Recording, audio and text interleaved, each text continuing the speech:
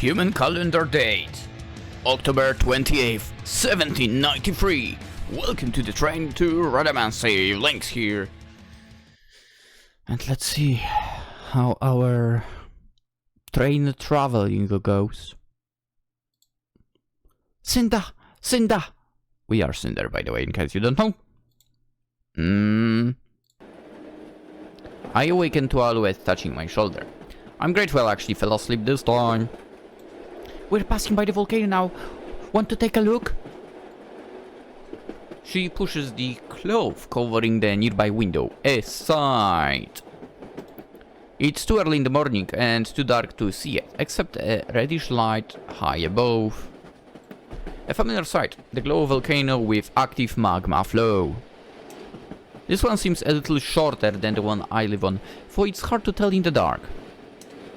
We'll be driving a circle around the slope for a while today, so if you want to be dropped off, just let us know. Sure, I'll let you know if I decide. Alouette patters off back to the cup. I go to the window and watch the light from the volcano. I look at the silhouetted ridges on top of and imagine the shape of the mountain. My mind fills in the pits and caves and channels of the sort I knew I'd find if I dove into the magma. Fancifully, I imagine what my ideal cave would be like. I'd never considered it before, but these monsters' creations naturally make me wonder. An alcove in the caldera, just above the magma line, I think, with a curve so I could be hidden from view when I was inside. A nice flat floor. Maybe I could bring some loose ash in and pile it up to make a soft surface. It seemed so simple now, but I'd never thought of it before. One of these beds would surely burn in such a heat. Maybe there'd be some way with Alouette's magic. The sky slowly brightens with dawn, revealing the details of the rock, all the little furrows and ridges and jagged rocks. Supposedly for a moment there... right now there is actually a sound. So I'm like, okay, I don't hear anything, but Streamlabs is picking something up. Supposedly there is some sound now.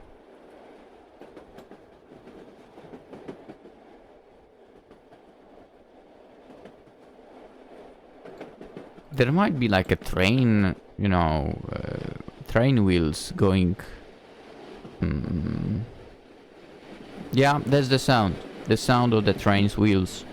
Damn, it's not really loud. I suppose this means I can trust them when they say they will let me go back if I want. The white light from Maisie's bed brightens. Maybe she glows brighter when she's awake. A few minutes later she peeks in and, seeing me awake, comes and stands next to me.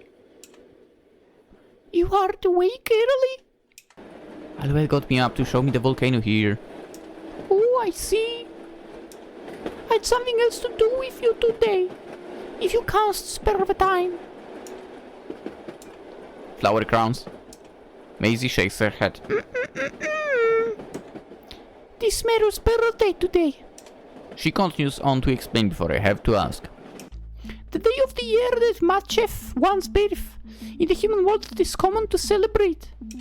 I would like to have a gift for him. He enjoyeth well a cake too, if you art willing to make one. More cooking. Yes, for that is not the main thing. Technically it's baking, but... I would like to show you something about your fire I think you shall appreciate. Shall we go out to the deck? Alouette said she shall occupy Meru for a day, so he shall not find out. Not find out? Are we ambushing him? No. This is just a tradition for one's birthday gift to be a surprise. Maisie heads out the door to the deck and I follow. She's left a box out here which she opens for me. It's full of sand. Today I can show you that fire is not only for burning. With sand? With sand! With some materials like metal. It is common to burn them to purify or refine them. If you hit the sand, I think you should see.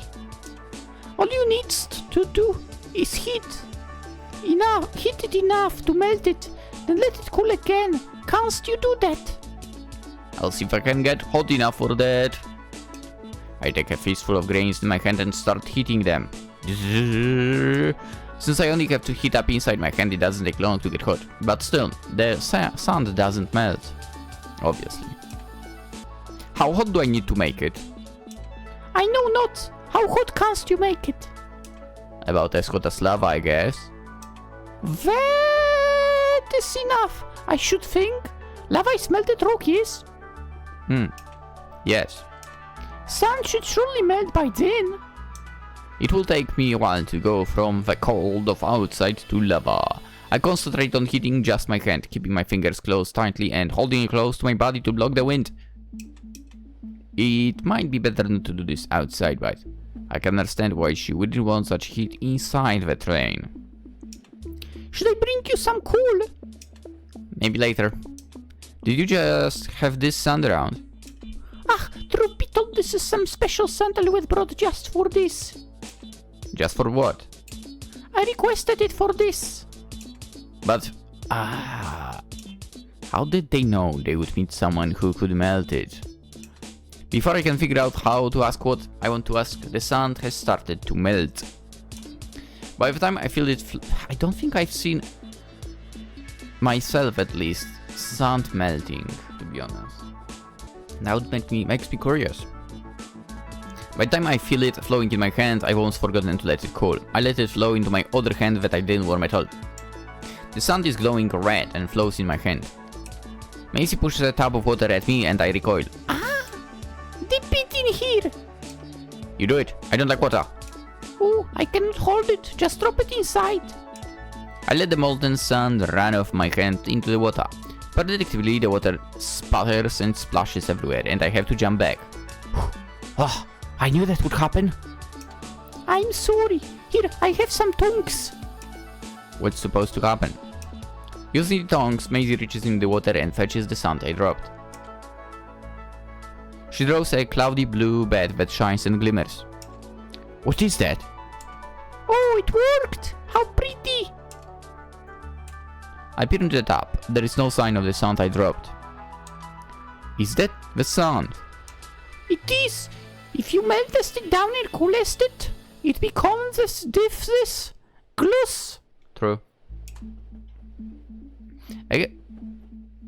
Oh. Why do I not remember this? In the TV, I mean, at least long ago. Because that was like my junior high school. That was still before we moved. I got in junior high school basically like an old school CRT, huge chunks of the TV, and had the basic channels. Going on with the topic, one of the channels had like those educational programs basically.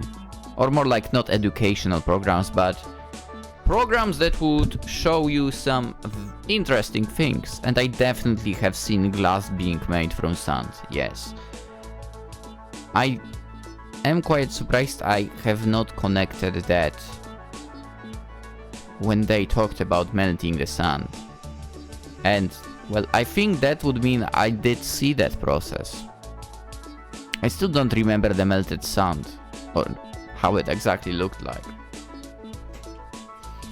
But yeah, super interesting stuff. I kind of hope it's still going. Anyway, glass, I had no idea. The sound Alouette provided half this pretty blue color. It may be different if one tries with different sand. Even though it's wet, I take it out of the tongs and hold it. I had no idea I could make something so unique by just heating sand. I thought perhaps we could make something pretty and present it to Meru for his birthday. Mommy's love of finery, or so I have heard. Sure, why not? I'm interested to see what I can do with this. What would be a good shape to make for Meru? He sleeps in that red box in the cab, right? How about that? Oh, his sarcophagus, a fine idea. And I have this chain for him to wear it as a pendant. If you could leave a hole near the top for it to run through. I think so. Let me see how it handles. I grab another handful of sand and start melting it. My hand is already heated, so it will be a quicker task this time. You said that metals are made like this too? Yes, I know not much about it, but it seems metals in nature are not pure enough to make things like our engine. True. I noticed that. The metals in the engine are very pure over what I've seen in my volcano.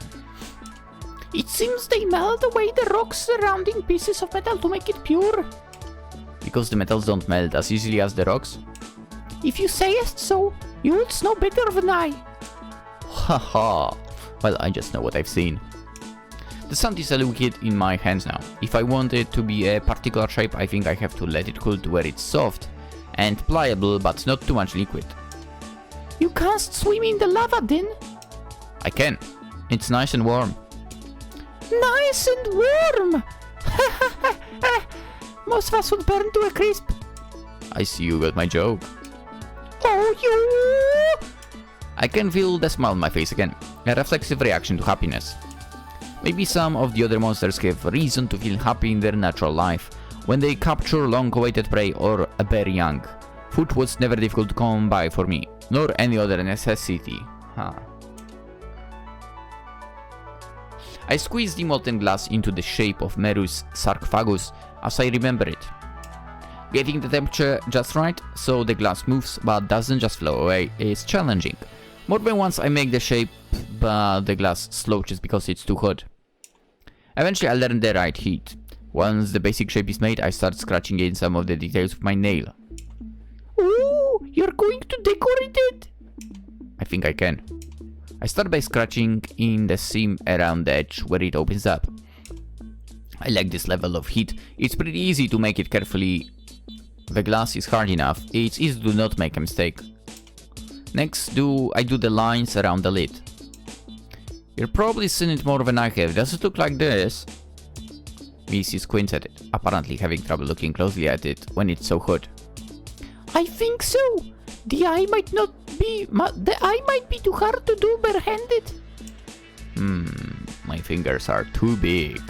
How would the human would do that? Human world do that? With something like a smaller polo pair of tongs, perhaps very small, like. Macy makes a pinching gesture. I guess I'll just try to be careful, then. It's oddly satisfying to draw in all the little details in the soft, hot glass. I'm sure any smith would be glad to handle such hot things with their bare hands. I'd be glad for those small tongs, yeah. I think I'm done. Forget not the hole for the chain. I poke a hole through the top with my little finger. It takes me a long time to clean up all the extra bulging glass I created by doing so. I'm surprised at how much I care about the result now. Even the slightest imperfection bothers me. When I'm satisfied, I take up the tongs to place it in the water. Oh, not the water this time. We only did that to show you. Alouette saith the glass cracketh if it cooleth too fast. Place it in these box. She shows me a box lined with some kind of pebbles. I place my work within and Maisie closes it up. It shall cool slow in this box. Now let us wait. Okay. I look out over the landscape while we wait. It's hard to believe there was so much to learn about even the sand beneath my feet. Would I ever have discovered this had I remained on my volcano, even given my entire lifespan? I think Meru shall be delighted. Let's hope so. How did you feel making it? I mean, I think we can safely assume that Creative Inks feels good. That's how it sounded to me, to be honest. I like it somehow. It does. I agree completely. Let's just take a look here. Maisie opens the box. A crack. It looks just as I expected. Glass, nicely shaped like Meru's sarcophagus. It's still red from the heat and I can't see the color. The seam I carved out is clearly visible. The decorations are a little less, so maybe just because it's still hot, but from the right angle I can see it. Now for the cake. It seems like a lot of work. I suppose, but when it is your birthday, we shall do all the same for you. My birthday. Alouette can discover when it is with her power. Oh, is that how we know? None of us remember much about our feral lives. Maisie stands up and opens the door back into the train. Shall we get started on the cooking? I think you shall like cakes. They are food but also pretty. Sounds like a fun time. We head to the kitchen. Alright, just like before with Meru, I shall read you the instructions. You don't want to cook? Well, as Meru saith, physical tasks agree not with ghosts. If thou sayest so, really? I'm gonna say, yeah, let's go with her wording. If thou sayest so. I do. You'll have to show me sometime. For now I shall read from the book. Surely she could help with something. With the light stuff, basically. Here we have a bowl and such I laid out. Let us put some butter and sugar in the bowl. There is a lot of stuff in this cupboard. What does it all say? Soap and sugar. Let's go with that. Butter and sugar. These are the ones. I take the butter and sugar down. I shall measure them out for you. This much I should be able to do. Maisie puts the butter and sugar on a strange device that depresses from the wave. She adds more and takes away until she has what I assume is the right amount. We shall need eggs as well. Canst you crack one into the bowl? They are in that container there. I peel the eggs. They are small compared to monster eggs, but obviously still the same thing. Are these going to hatch? Worry not. These are eggs that do not hatch. Humans who like have to eat eggs raise them to be that way. I see. How should I crack these? Like as hard as possible. Break them into pieces. Oh, no. We don't need the shell in our cake. These eggs look fragile compared to the monster eggs. I had better be cautious. I carefully tap the egg on a corner, increasing the force bit by bit until it starts giving. Very good. Now pour what is inside into the bowl. There is a caliph for 2 eggs, so 1 more. I crack open another egg while Maisie adds in the butter and sugar she's been busy with. Now we put in some flour. I shall measure it out again. This is white powder. Hehe. In a sack in the cupboard. What am I looking for? Sugar. We already added sugar. Come on, girl. This should be flour. I shall measure this out again. In the meantime, take up that whisk and mix what we have. I pick up the object Maisie referred to. One that is quite wide and open. I assume I'm meant to hold the other end. Oh, I mean push everything around in a circle and try to get it mixed together. Hesitantly I do, as Maisie says. Everything is powdery mush at this point. Until the dish from yesterday. I can see how this will end up. Yeah, but eventually it gets kind of tougher to mix, right? Is it supposed to be just a powdery mash? For now, yes. It shall all come together after we bake it. Speaking of which, canst you light the oven? Oh, sure.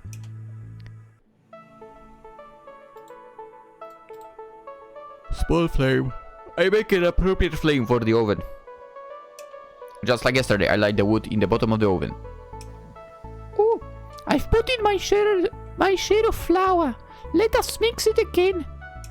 I push the mixture around some more with the whisk. It's still just a congealed lump of powder. It doesn't bear any resemblance to anything edible like mushrooms or the chicken. Is this really going to be any good? I give it a sniff. It does smell pleasant, at least. Last, a small squeeze of lemon juice. This in that yellow bottle up there. Lemon juice, huh? You mean the green? No, the yellow. This must be the yellow bottle she meant. Good. Pour some into our mixture. I carefully pour it in. Oh, that should be enough. Well done. And a little salt. Now we pour everything into this pan. It shall take a while for it to bake. AC presents me with a pan that looks like it's lined with more butter and flour. Flour. I don't know why I say flour. Flour. She helps me carefully pour and spoon out our mixture in the pan without getting it everywhere. Once Maisie deems the oven hot enough, we put the pan inside to bake. How long do you put it in for? A bit over an hour. I would say it take a fair while. Behind Maisie, the door to the cup opens and Meru pokes his head out. Oh, it's you two. What's going on? Are you doing something with the oven? Oh, Meru, it's...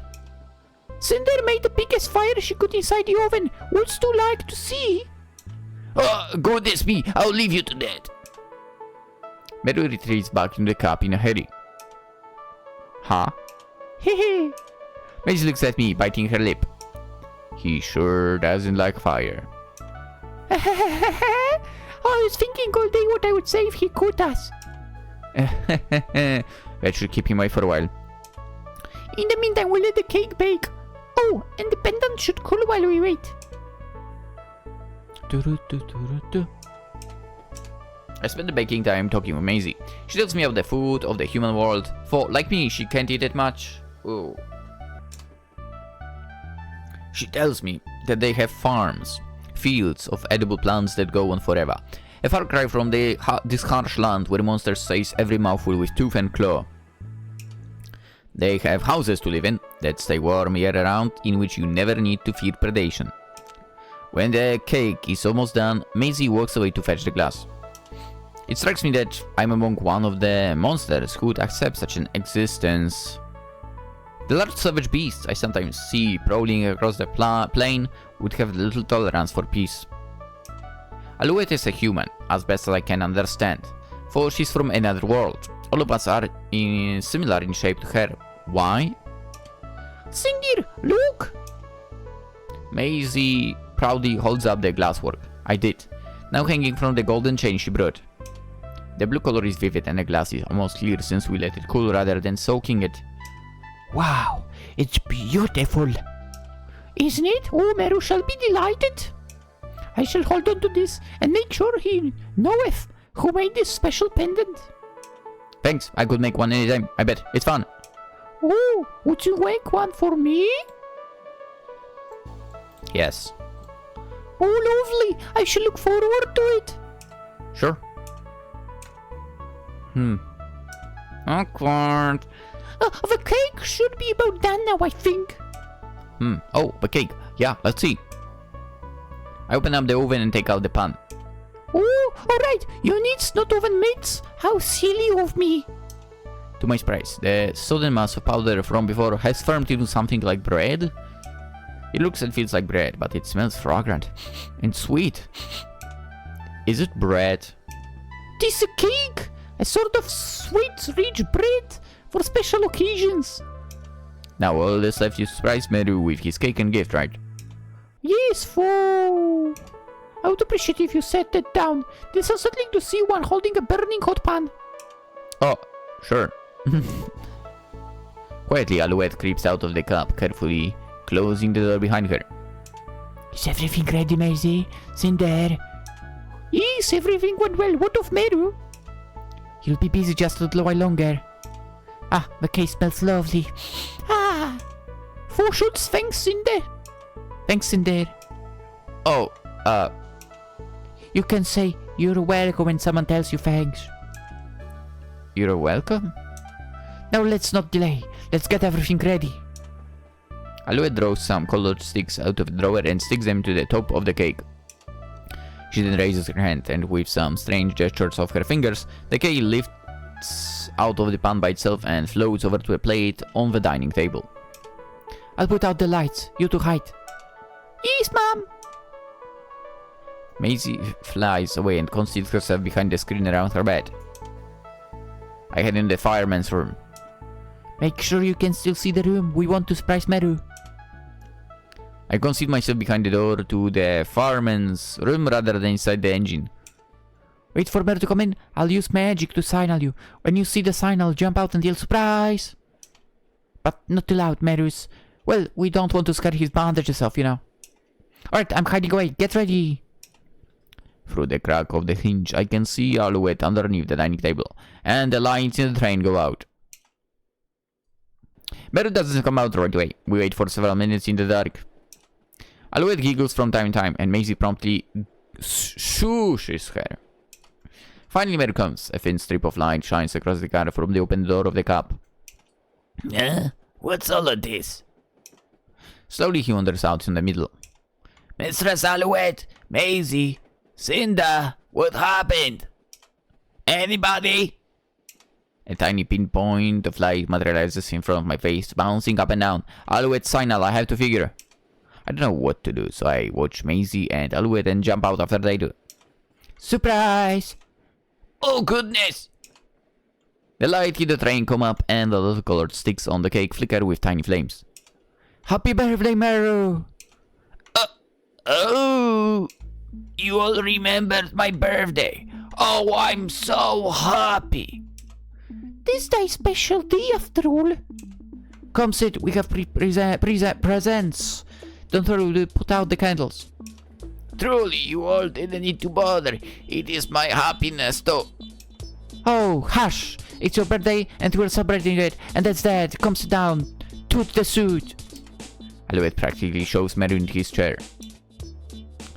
Well, I suppose I can. Here you are, Meru, from me. She hands Meru a large book. Oh, just the tome I desired. Thank you, Mistress Alouette. And this is from Cinder and me. Maisie hides the pendant in her hand until the moment she places it into Meru's waiting palm. Oh, this is... Oh! Oh, look at that sparkle. What color is this? A sarcophagus. And this golden chain. Oh, yes! Oh, yes! Yes! Meru? Ah, forgive me. I think my mommy's instincts took over for a moment there. That's what happens when you tempt a mommy with finery. I brought the chain for Fee, and Cinder created a glass ornament. Truly, such a finery, so fresh out of the monster world. I feel we can expect great things from you, Cinder. Well, thank you. Meow! The cat hops up into Meru's lap. Oh, and to receive the favor of a cat, truly this is a blessed day for me. Thank you all. Of course, our resident chef also prepared this cake for tea. How splendid that you were able to expand your skills. It wasn't too tough. Let's have it.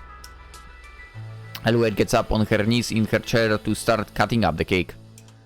Should I even remind you of time manners, Alouette? We're all friends here, no need to be stuffy. I suppose you are correct. Alouette divides up the cake for everybody. Like before, I take a small bite, for I can tell it won't be very filling. It's sweet and soft and delicious. I might never be able to eat this as my real diet, but the taste sensations are incredible. I wonder what it would take to make this in the wild. Like me. Maisie only nibbles at the cake. Alouette fetches the cold, glowing substance from the kitchen for her once again. Alouette keeps the party, as I find out. It's called Until After Dark, entertaining Meru and us with light shows made by her magic. Meru gazes at and touches the pendant. Often, I can see how he admires the way the light from Alouette's show glimmers off of its surface. Even without his words, I can tell he likes it, like an animal with a soft new piece of nest. Maisie looks at me often, but looks away when I look back at her. Does Maisie like me? And now the witch Alouette takes her bow. Maisie and Meru clap for her performance. I do have one more announcement. Well, most you know about Cinder. Huh? We'll be reaching the human world by about midday tomorrow. Are you ready? That soon? We're almost there. Will you stay with us? Well, Please. midday tomorrow, you said? Midday tomorrow. Can you wait that long day? I'm afraid we can't wait around very much in this world. Pardon me, Mistress Alouette, but haven't we a few more days before? Yeah, but it's dangerous, you know. Something could happen in time in this world. Well, can I wait until then to decide? Sure, I guess you can. If you decide to leave, the volcano's probably close enough. We can leave you with some coal for the journey. Well, I didn't mean to pressure you. It crept up on us a bit, is all. No, I understand. If it's that close, that's just how it is. Well, try not to worry too much. You still have most of tomorrow to think. I should make ready to cross the void. Meru, would you help me in the cab? Of course, mistress. If I don't see you, good night, you two. Have some good sleep. Oh yes, I wish thee the same. I look at Meru part down the passage. Cinder, aren't you alright? I'm worried. I don't know if the volcano's comfortable. It's warm and there is more food than I could ever eat. It makes me nervous to think about never going back there. Oh, I understand this. When I left, I thought much the same. You did? Yes, looking back on it now, it seemeth silly to me. I had so little then. Why did I fear to leave it? Perhaps change is always frightening, even change that may be good. Ah, not that I wish to pressure you. 'Tis your choice if it shall be good or not. Alright, I understand, Maisie. What? This the first time you have called me by my name. Is it? Maisie nods. If there is any way I can ease your mind, please come talk to me. I promise you I shall not try to pressure you one way or the other. Thank you. Sweet dreams, Cinder. You too. With a wave of her hand, Maisie returns to her bed and I to mine. I stare out the window, for there is hardly anything to see in this darkness. I think for a moment that I see the red light of a volcano caldera in the distance. But in time I recognize it's just a reflection of a light from the firebox. I think about what Maisie said about thinking on what I want. Compared to when I hid in the engine, there have been things I enjoyed. Cooking, making glass, creating... Put a smile on my face. That was a weird line. Creating, putting... Having everything provided for me, in an environment with little threat, made for a featureless existence. I had no cause to smile, or to get angry for that matter. Whether I go back to the volcano or not, I think I know what my goal should be. Start smiling more. Alright. We'll try that in the next episode, I guess. For now, that's it. What will be the decision? We'll find out tomorrow! And also, we might find out how exactly... Well, we'll find out how she will live, yeah. And so on. Oh boy. Me and my brain not thinking properly. As always. Okay, that's it for today. Continuation tomorrow. Hope you enjoyed. Consider liking, subscribing, and so on if you haven't already. Always appreciate it. Most importantly, have a wonderful day. Bye bye.